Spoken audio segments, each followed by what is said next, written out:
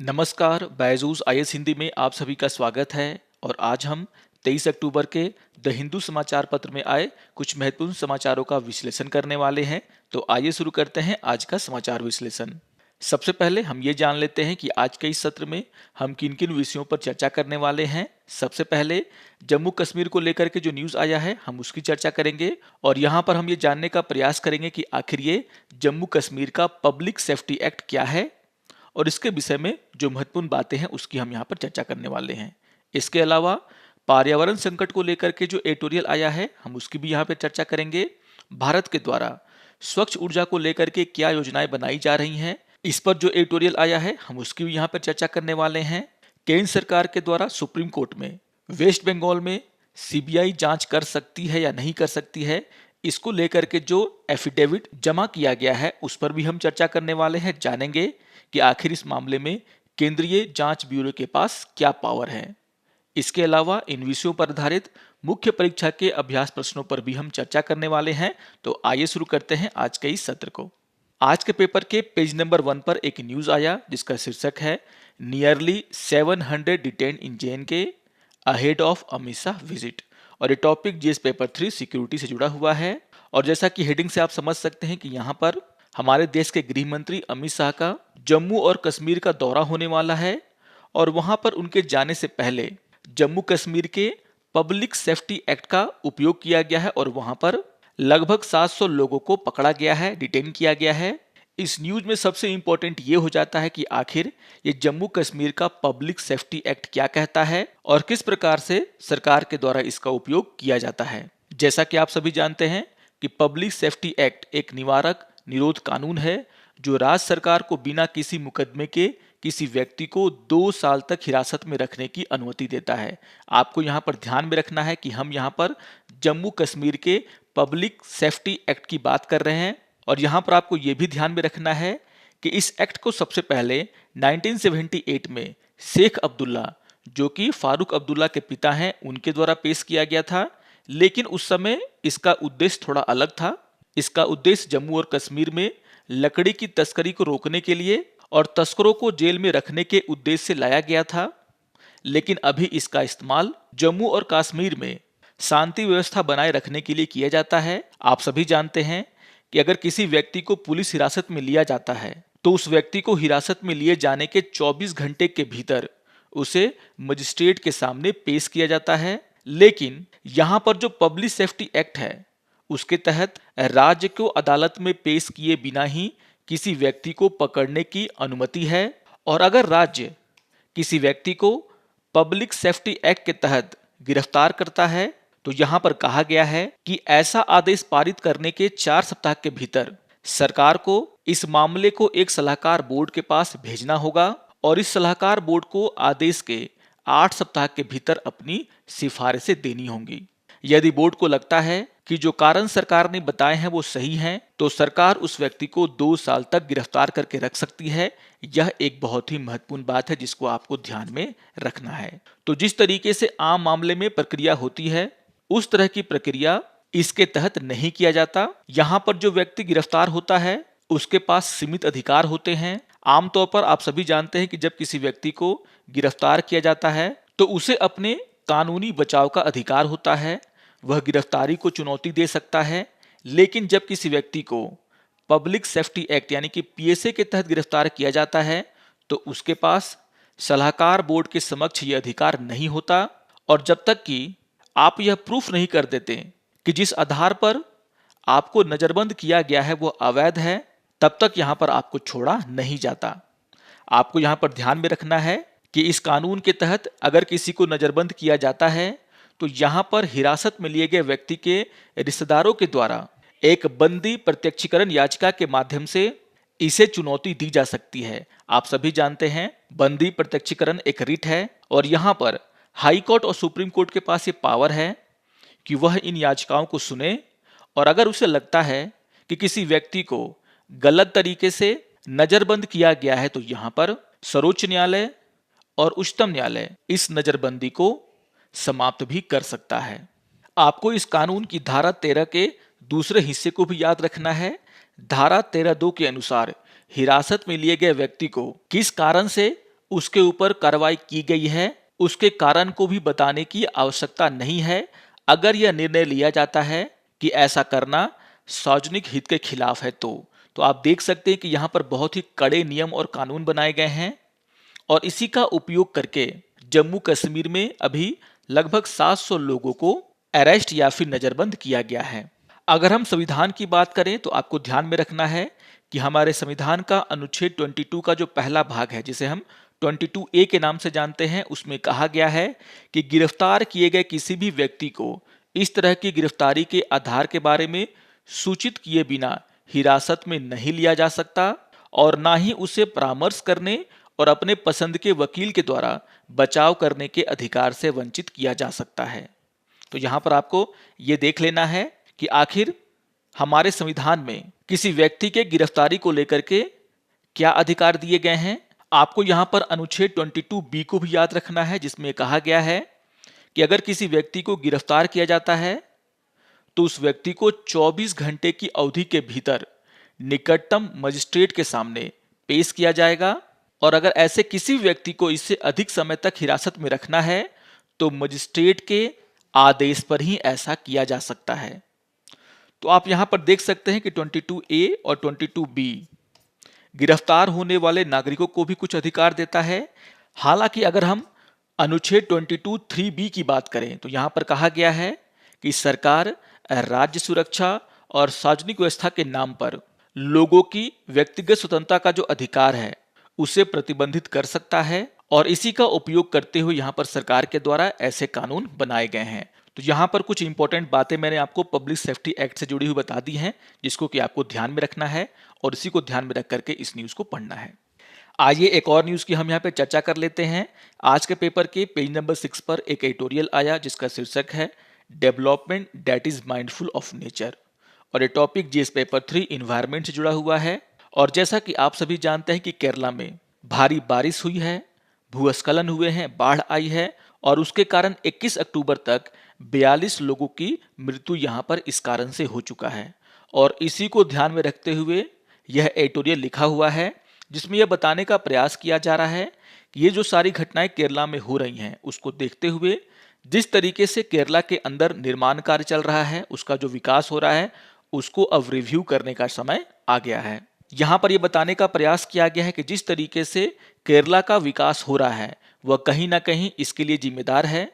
यहाँ पर आपको एक डेटा याद रखना है, आपको ये ध्यान में रखना है कि केरला का जो जनसंख्या घनत्व है वह 860 व्यक्ति प्रति वर्ग मीटर है, जबकि अगर हम 2011 की जो जनगणना है उसके आधार पर देखें तो पूरे देश का जो जनसंख्या घनत्व है वह 368 है। यानी कि केरल में बहुत ही अधिक जनसंख्या का दबाव है और इस कारण से वहां पर बहुत सारे ऐसे निर्माण किए गए हैं जिसके कारण केरल को ऐसा दिन देखना पड़ रहा है। यहाँ पर भूमि उपयोग परिवर्तन की चर्चा की गई है और यहाँ पर बताया गया है कि ऐतिहासिक रूप से केरला में जो अधिकांश बस्तियां थी वह तटीय मैदान, निकटवर्ती तराई और मध्य भूमि के कुछ हिस्सों में केंद्रित थी। लेकिन यहाँ पर अब जो परिदृश्य है वो बदल गया है। जनसंख्या में वृद्धि के कारण, कृषि के विस्तार के कारण, आर्थिक विकास के कारण, बुनियादी ढांचे के विकास के कारण अब वहां पर हाईलैंड में यानी कि ऊंचाई पर भी बस्तियां बसानी शुरू कर दी गई हैं, जिसके कारण ऊंचाई वाले जगहों में बहुत सारे निर्माण हुए हैं। और यह एक बहुत ही बड़ा कारण है कि जब भी भारी वर्षा हो रही है केरला में, उसके कारण वहां पर बाढ़ आ रहे हैं, भूस्खलन हो रहे हैं और वहां पर बहुत सारे लोगों की जानें जा रही हैं। यहाँ पर एक और डेटा दिया गया है इसको समझाने के लिए। यहाँ पर बताया गया है कि केरला आवासीय भवनों की उच्च वृद्धि का अनुभव कर रहा है और यहाँ पर बढ़ती हुई जनसंख्या को इसका कारण बताया गया है। यहाँ पर बताया गया है कि 2001 से 2011 के बीच में केरला में जो जनसंख्या की बढ़ोतरी हुई है वह 5% की दर से हुई है, लेकिन जो घरों की संख्या में वृद्धि हुई है वह 19.9% के दर से हुई है। तो आप देख सकते हैं कि लगभग यह 4 गुना है कि जिस रेट से जनसंख्या बढ़ रही है उससे 4 गुना रेट से वहां पर घरों के बनने का रफ्तार है। और इस कारण से कहीं ना कहीं नदियों के आसपास भी निर्माण हुआ है, ऊंचाई वाले जगहों में भी निर्माण हुआ है और इस कारण से जब भी वहां पर भूस्खलन हो रहा है तो बहुत सारे लोगों की जानें जा रही हैं। यहाँ पर कहा गया है कि जो चौड़ी चौड़ी रोड बनाई गई हैं, बुनियादी ढांचे के विकास के नाम पर जो निर्माण किया गया है, उसके कारण जो वहां पर बहने वाली नदियां हैं उनके बेसिन में बहुत ज़्यादा बदलाव आया है। इन नदियों के जल ग्रहण करने की क्षमता समाप्त हो गई है, जिसके कारण वहां पर जो सतही बहाव है उसमें बहुत ही ज़्यादा वृद्धि हुआ है। यानी कि जो नदियां हैं और उनमें जो जल अवशोषण की क्षमता होती है वह कहीं ना कहीं कम हुआ है, और इस कारण से जो बारिश का पानी है वह ज़्यादातर शहरों के बीच से होकर के बह रहा है, और इस कारण से केरला को बहुत ही ज़्यादा नुकसान उठाना पड़ रहा है। और यहाँ पर ये सारी बातें यह स्पष्ट करती हैं कि राज्य के कुछ हिस्सों में पहाड़ियों पर जो निर्माण हुआ है उससे जीवन को यहाँ पर बहुत ज़्यादा खतरा है। यहाँ पर यह बताने का प्रयास हुआ है कि सरकार के द्वारा भी पर्यावरण की अनदेखी की गई है, विकास के नाम पर विनाश का काम किया जा रहा है। यहाँ पर एक एग्जाम्पल दिया गया है इसके लिए, और यहाँ पर कहा गया है कि पश्चिमी घाटों के संरक्षण पर बनी जो विशेषज्ञ पैनल थे, जिसे हम गाडगिल समिति के नाम से जानते हैं, उनकी सिफारिशों को स्टेट गवर्नमेंट के द्वारा पूरी तरीके से लागू नहीं किया गया है, और विकास के नाम पर जानबूझ करके इन सिफारिशों को सरकार के द्वारा लागू नहीं किया जा रहा है, जिसका कि खामियाजा अब केरला भुगत रहा है। यहाँ पर दो परियोजनाओं की समीक्षा की गई है और समझाने का प्रयास किया गया है कि किस तरीके से सरकार बिना सोचे परियोजनाएं लाती है और उनको बनाती है। यहाँ पर जो पहली योजना है वो है सिल्वर लाइन परियोजना। इस परियोजना में राज्य के दो छोरों को हल्के रेलवे से जोड़ने की योजना बनाई गई है, और इसके ऊपर हमने डेली न्यूज एनालिसिस में चर्चा भी किया है, और वहां पर भी मैंने आपको समझाया था किस तरीके से इस रेलवे योजना के कारण वहां पर जो आर्द्र भूमि है उसको नुकसान पहुंचेगा, जो वहां की खेती वाली भूमि है उसको नुकसान पहुंचेगा, और देखा जाए तो इस योजना से फायदा कम और नुकसान ज्यादा है। उसी तरीके से केरला में जो राज्य मार्ग हैं उनके चौड़ीकरण करने की योजना चल रही है, और यह जो काम है वह पूरी तरीके से भारत सरकार के अधिकार के तहत किया जा रहा है, और इस काम के कारण शहर के दोनों ओर बड़े पैमाने पर पेड़ों की कटाई की जा रही है। सड़क के दोनों किनारों पर जो बस्तियां हैं उसे हटाना यहाँ पर शामिल है, और इस कारण से वहां पर बहुत ही ज्यादा नुकसान होने की संभावना है, क्योंकि इसका असर वहां के स्थानीय जलवायु पर बहुत ही ज्यादा पड़ेगा, जिसके बारे में सरकार ने कभी नहीं सोचा। तो यहाँ पर इन दोनों परियोजनाओं के माध्यम से यह बताने का प्रयास किया गया है किस तरीके से केरला में विकास के नाम पर वहां की सरकार के द्वारा ऐसी योजनाएं बनाई जा रही हैं जिसका कि कोई बहुत ज्यादा फायदा नहीं होने वाला, लेकिन उसका जो प्राकृतिक नुकसान है वो कहीं ज्यादा है। यहां पर सबसे अंतिम भाग में समझाने का प्रयास किया गया है कि किस तरीके से अगर किसी भी परियोजना के ऊपर चर्चा होती है तो वहां पर एक टेक्निकल एक्सपर्ट को होना बहुत ही जरूरी है। जब भी सरकार किसी योजना के ऊपर चर्चा करती है तो वहां पर वहां के स्थानीय नागरिकों को शामिल किया जाए, ऐसे विशेषज्ञों को शामिल किया जाए जो कि पर्यावरण पर पड़ने वाले इसके इफेक्ट को वहां पर समझा सके, जिससे सरकार ये समझ सके कि इस योजना को लागू करना है या नहीं करना है। यहाँ पर सबसे अंतिम में ये कहा गया है कि केरला के द्वारा जो डेवलपमेंट किया गया है वह उल्लेखनीय है, लेकिन अभी के टाइम में केरला जो है वह बिना सोचे समझे विकास के रास्ते पर है, जिसका कि खामियाजा प्राकृतिक आपदाओं के रूप में केरला को भुगतना पड़ रहा है। तो बहुत ही इंपॉर्टेंट एडिटोरियल है ये, और इसकी जो समरी है उसको मैंने आपको आसान शब्दों में समझा दिया है, तो बहुत ही ध्यानपूर्वक इस एडिटोरियल को पढ़ लेंगे मेरी बातों को ध्यान में रखते हुए। आज ये एक और न्यूज़ की हम यहाँ पे चर्चा कर लेते हैं। आज के पेपर के पेज नंबर 6 पर एक एडिटोरियल आया जिसका शीर्षक है a clean energy transition plan for India, और इस टॉपिक को हम जीएस पेपर 3 से जोड़ सकते हैं, आप इसको इकोनॉमी से भी जोड़ सकते हैं। और यहाँ पर यह समझाने का प्रयास किया गया है किस तरीके से भारत स्वच्छ ऊर्जा की तरफ बढ़ रहा है और उसके फ्यूचर प्लान क्या हैं। और यहाँ पर शुरू में यह बताया गया है कि भारत को अपनी 1.3 बिलियन आबादी की आकांक्षाओं को पूरा करने के लिए दोहरी चुनौतियों का सामना करना पड़ रहा है, और वो चुनौतियां कौन कौन सी हैं। पहली चुनौती तो ये है कि हमारी आबादी बढ़ रही है, उसको देखते हुए हमें अपनी ऊर्जा सुरक्षा को भी ध्यान में रखना है, और दूसरा जलवायु परिवर्तन को ध्यान में रखते हुए जो उत्सर्जन है उसको भी कम करना है।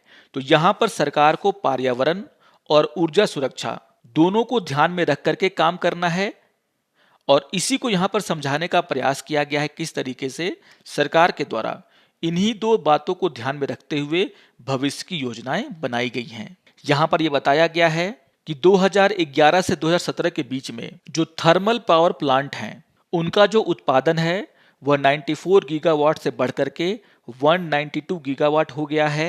यानी कि यहाँ पर भारत के द्वारा बहुत ही ज्यादा प्रगति की गई है। इसी तरीके से प्रति व्यक्ति बिजली खपत में भी 37% की वृद्धि हुई है, जबकि पीक डिमांड डेफिसिट को 9.8% से घटा करके 1.6% कर दिया गया है।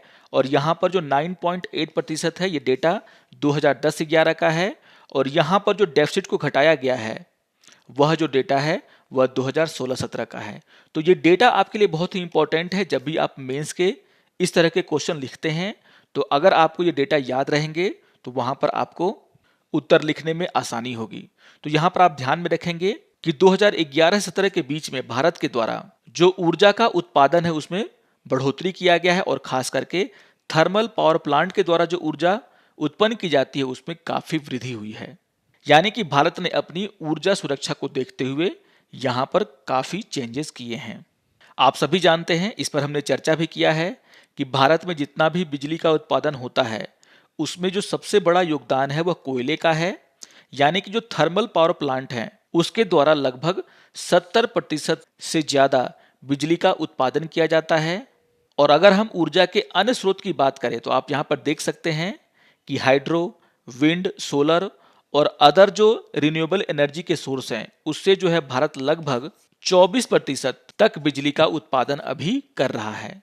यानी कि हमारे देश में जो अभी बिजली का उत्पादन होता है उसके कोर में थर्मल पावर प्लांट हैं। और यहाँ पर अभी भारत सरकार के द्वारा बिजली क्षेत्र में बहुत सारे बदलाव की योजनाएं बनाई गई हैं। और जैसा कि आप सभी जानते हैं कि कोयले की खपत को कम करने के लिए और जो थर्मल पावर प्लांट है उसमें नई तकनीक को लाने के लिए भी सरकार के द्वारा योजनाएं बनाई गई हैं। हमने चर्चा भी किया था कि सरकार के द्वारा वैसे थर्मल पावर प्लांट जो कि 25 वर्षों से पुराने हो गए हैं उनको बंद करने की योजना बनाई गई है, और उनके बंद होने पर सरकार के द्वारा हाई इफिशिएंसी लो इमिशन वाले थर्मल पावर प्लांट को बनाने की योजना बनाई गई है। और यहाँ पर उसी को लेकर के कुछ बहुत ही महत्वपूर्ण डेटा दिया गया है।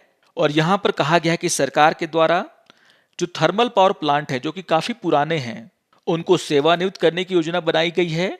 और यहाँ पर जिन पावर प्लांट को चुना गया है उनकी जो उत्पादन क्षमता है वह लगभग 36 गीगावाट की है। और यहाँ पर इनको हटाने से जो बिजली के उत्पादन में कमी आएगी उसको देखते हुए सरकार के द्वारा हाई इफिशिएंसी लो इमिशन जो थर्मल पावर प्लांट है उनको बनाए जाने की योजना बनाई गई है। और यहाँ पर लगभग 47 ऐसे थर्मल पावर प्लांट हैं जिनका कि निर्माण शुरू कर दिया गया है। और अगर हम इनकी कुल क्षमता को देखें तो वह 31.6 गीगावाट है। यानी कि यहाँ पर सरकार जो है होने वाली जो कमी है उसको यहाँ पर रोक सकती है। इसके अलावा nuclear power corporation of India limited के द्वारा यह कहा गया है कि वह 8,700 मेगावाट की कुल उत्पादन क्षमता वाले 11 परमाणु ऊर्जा संयंत्रों का निर्माण कर रहा है जो बिना किसी CO2 उत्सर्जन के 24 घंटे बिजली की आपूर्ति करेंगे।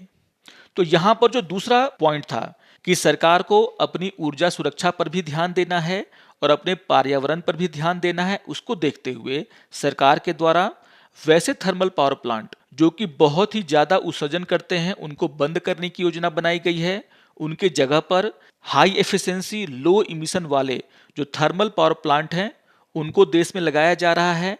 और उसके अलावा जो न्यूक्लियर पावर है उसको भी यहाँ पर बढ़ाने की योजना बनाई गई है। आप यहाँ पर देख सकते हैं कि जो हमारे देश में अभी के टाइम में जो न्यूक्लियर पावर का जो परसेंटेज है वह लगभग 3.34% के बराबर है, जिसको कि यहाँ पर बढ़ाए जाने की योजना सरकार के द्वारा बनाई जा रही है ताकि उत्सर्जन कम किया जा सके।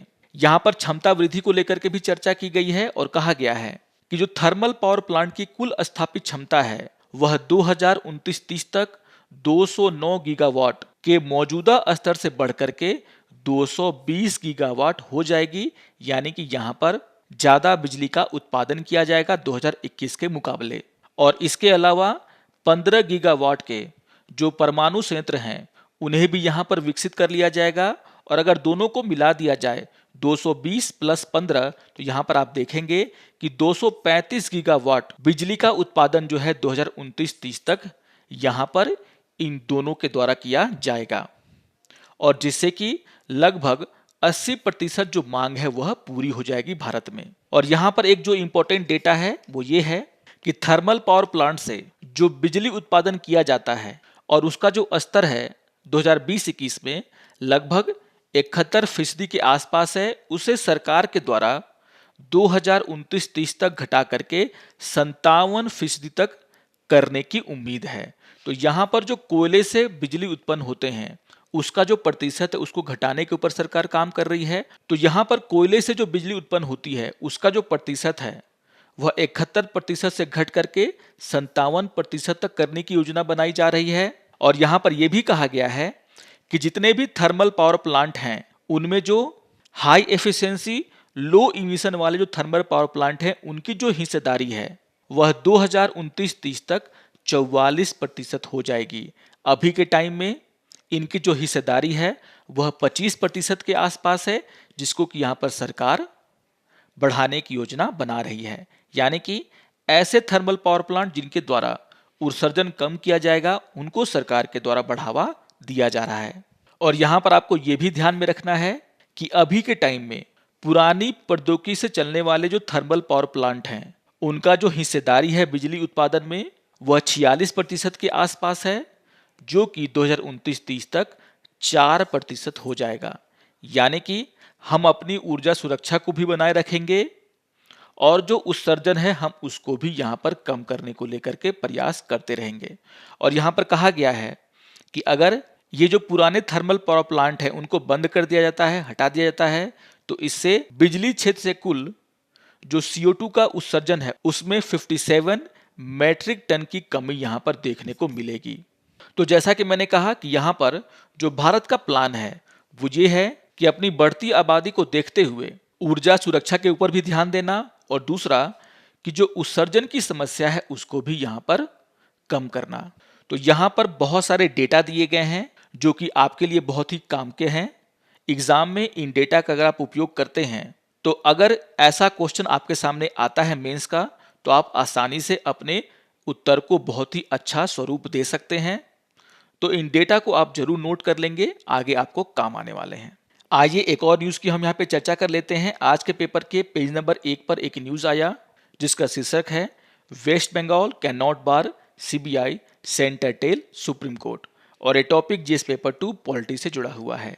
यहाँ पर आपको ध्यान में रखना है कि केंद्र सरकार के द्वारा सुप्रीम कोर्ट में ये कहा गया है कि राज्य सरकार, यहाँ पर वेस्ट बंगाल की बात हो रही है, राज्य सरकार किसी भी मामले में CBI जांच के लिए सहमति वापस लेने के लिए व्यापक निर्देश जारी करने के अधिकार का दावा नहीं कर सकती, और जांच एजेंसी केंद्र सरकार के कर्मचारियों के खिलाफ की जा रही जांच या अखिल भारतीय प्रभाव वाली जांच करने का हकदार है।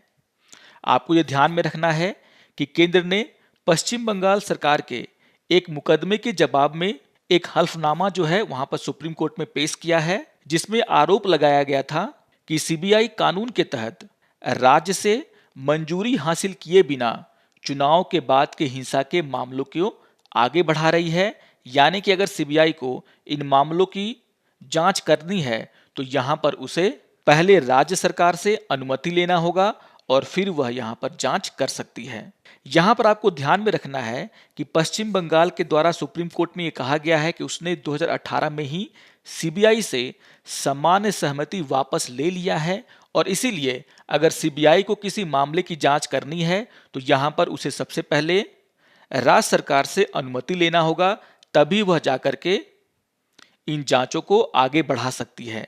आपको यहाँ पर ध्यान में रखना है, जो कि आपके लिए बहुत ही इंपॉर्टेंट है, कि पश्चिम बंगाल के अलावा मिजोरम, छत्तीसगढ़, राजस्थान, महाराष्ट्र, केरला, झारखंड और पंजाब ऐसे राज्य हैं जिन्होंने आम सहमति को वापस ले लिया है। हम यहाँ पर आगे चर्चा करेंगे कि आखिर ये आम सहमति क्या है जिसको लेकर के पश्चिम बंगाल ने सुप्रीम कोर्ट में केस किया है। यहाँ पर आपको ध्यान में रखना है कि पश्चिम बंगाल के साथ साथ वे कौन कौन से राज्य हैं जिन्होंने CBI जांच के लिए जो आम सहमति है उसे वापस ले लिया है। यानी कि अब इन राज्यों में अगर CBI को किसी भी मामले की जांच करनी है तो सबसे पहले सीबीआई को इन राज्यों से सहमति लेना होगा और तभी जाकर के सीबीआई इन राज्यों में जांच कर सकता है। यहां पर केंद्र सरकार के द्वारा कहा गया है कि राज्य सरकार द्वारा किसी भी मामले की जांच सीबीआई से कराने की सहमति वापस लेने के आदेश का या फिर सभी मामलों में सहमति वापस लेने का जो व्यापक आदेश है, जो कि उसे दिल्ली विशेष पुलिस स्थापना अधिनियम की धारा 6 के तहत दिया गया है, उसका बेजा इस्तेमाल कर रही है, जिसे कि यहां पर राज्य सरकार को रोकना चाहिए। अब यहां पर धारा 6 क्या है और ये जो सहमति वापस लेना है ये क्या है, इसको मैं आपको यहां पर समझा देता हूं, जो कि आपके लिए बहुत ही इंपॉर्टेंट है। आप सभी जानते हैं कि केंद्रीय अन्वेषण ब्यूरो यानी कि सीबीआई जांच करने के लिए दिल्ली विशेष पुलिस स्थापना अधिनियम 1946 से अधिकार प्राप्त करता है। इस अधिनियम की धारा 2 के तहत सीबीआई संघ शासित क्षेत्रों में जो अपराध होते हैं उसकी जांच कर सकता है। सीबीआई का जो अधिकार क्षेत्र है वह केवल केंद्र सरकार के विभागों और कर्मचारियों तक ही सीमित होता है और राज्य सरकार से सहमति मिलने के बाद सीबीआई राज्य सरकार के कर्मचारियों और अपराध से जुड़े हुए मामलों की जांच भी कर सकता है। लेकिन आपको यहां पर ध्यान में रखना है कि यहां पर कहा गया है कि राज्य सरकार की सहमति मिलने के बाद ही सीबीआई ऐसा कोई काम कर सकता है। और यहां पर जो दिल्ली विशेष पुलिस प्रतिष्ठान अधिनियम की धारा 6 है उसमें यह कहा गया है कि सीबीआई किसी भी राज्य सरकार की सहमति के बिना उस राज्य में अपनी शक्तियों और अधिकारों का उपयोग नहीं करेगा।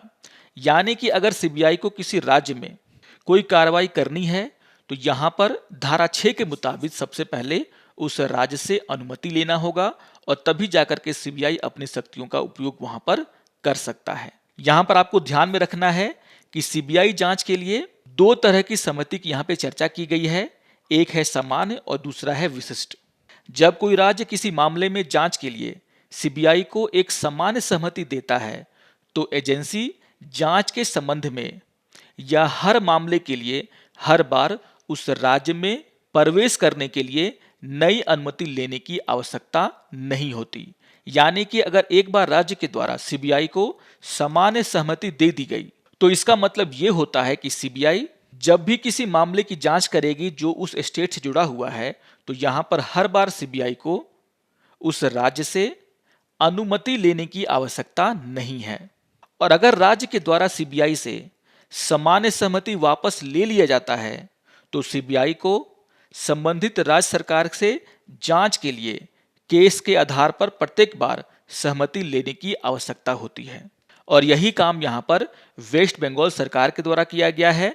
वेस्ट बंगाल सरकार ने 2018 में सीबीआई से जो सामान्य सहमति है वह वापस ले लिया था। यानी कि यहां पर हर बार सीबीआई को कोई कार्रवाई करने के लिए, किसी केस पर जांच करने के लिए राज्य सरकार के अनुमति की आवश्यकता होती है। और यही बात यहां पर वेस्ट बंगाल के द्वारा कहा जा रहा है कि यहां पर सीबीआई ने इस बार कोई भी अनुमति राज्य सरकार से नहीं ली है और इसीलिए वह चुनाव के बाद जो हिंसा हुए थे वहां पर उसकी जांच नहीं कर सकता। तो यहां पर आपको ध्यान में रखना है कि आखिर ये सामान्य सहमति का मुद्दा क्या है, जिसको कि मैंने आपको यहां पर समझाने का प्रयास किया है।